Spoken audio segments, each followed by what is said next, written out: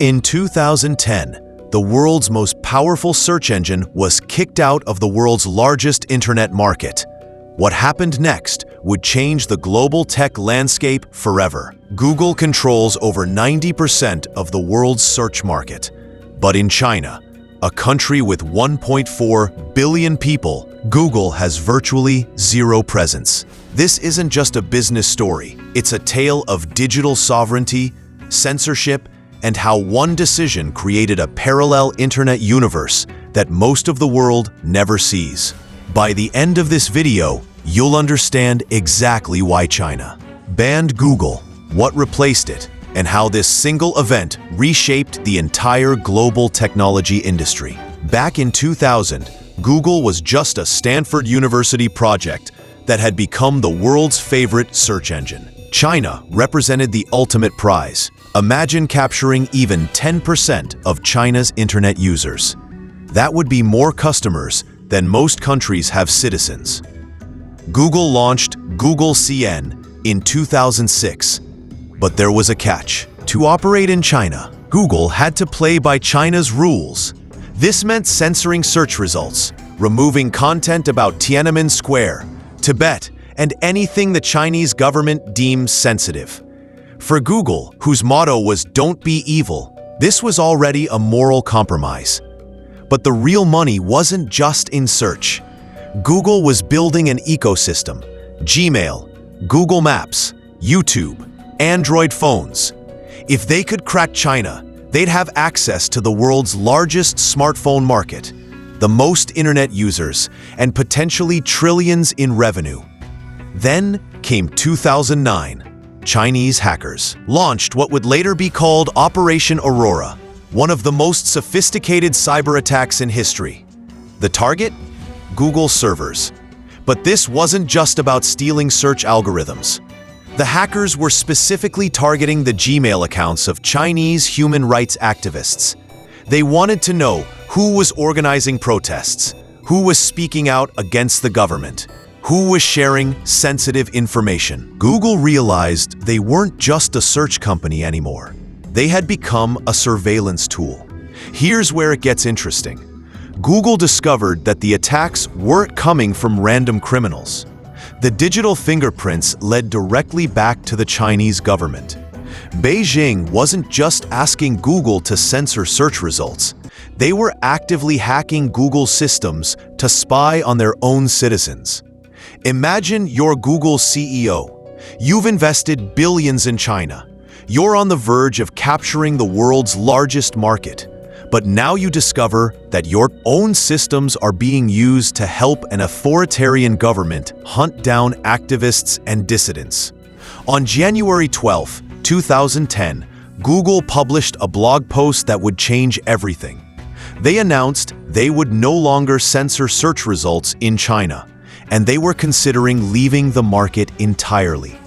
The tech world was stunned. No major American company had ever taken such a public stand against China. China's response was swift and predictable. If Google wouldn't play by their rules, they'd make their own Google. But here's what most people don't understand. China wasn't just planning to replace Google, they were planning to replace the entire American internet. Enter Baidu. Founded in 2000 by Robin Li, Baidu had been Google's smaller Chinese competitor. But with Google gone, Baidu suddenly had access to over 800 million Chinese internet users with virtually no competition. Baidu controls over 70% of China's search market and is worth over $40 billion. But Baidu was just the beginning. China didn't just want to replace Google, they wanted to replace everything. Facebook became WeChat, Twitter became Weibo, YouTube became Youku, and later, TikTok. Amazon became Alibaba. Uber became Didi. This wasn't accidental. This was the Great Firewall in action, a sophisticated system of internet censorship and control that doesn't just block foreign websites. It creates space for domestic alternatives to flourish. Think about the economics here. Every dollar that would have gone to Google, Facebook, or Amazon now stays in China. Every job that would have been created at a Silicon Valley company is now created in Beijing or Shenzhen. But the real game changer came with smartphones.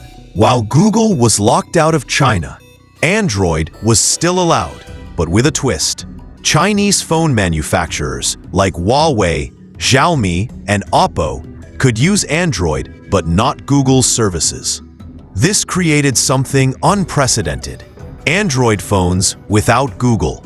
Instead of the Google Play Store, Chinese phones come with their own app stores. Instead of Google Maps, they use Baidu Maps.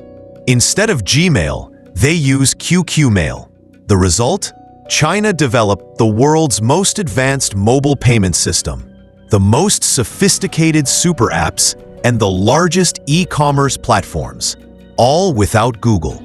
Chinese consumers can order food, pay bills, book travel, invest in stocks, and video chat with friends, all from a single app like WeChat. Meanwhile, Western consumers are still juggling dozens of different apps for basic tasks. Google's exit from China didn't just affect Google, it changed the entire global technology landscape. Chinese companies, protected from American competition, grew into global giants. TikTok now has over 1 billion users worldwide. Alibaba processes more transactions than Amazon. Tencent is worth more than Facebook. But here's the twist. Many of these Chinese companies are now competing directly with American tech giants on the global stage. TikTok is taking market share from YouTube. Alibaba is expanding into Southeast Asia and Europe. Chinese smartphone brands now outsell Apple in many markets. Google thought they were taking a principled stand, but they inadvertently helped create their biggest competitors. So why did China really ban Google? It wasn't just about censorship or surveillance. It was about building technological independence. This story reveals how one decision changed the entire global tech landscape forever. But here's what's even crazier. While you were watching this video, millions of people in China just use technologies that make our Western apps look ancient. They're paying for groceries with their faces, ordering food through AI assistants, and living in a digital world that's years ahead of what we have.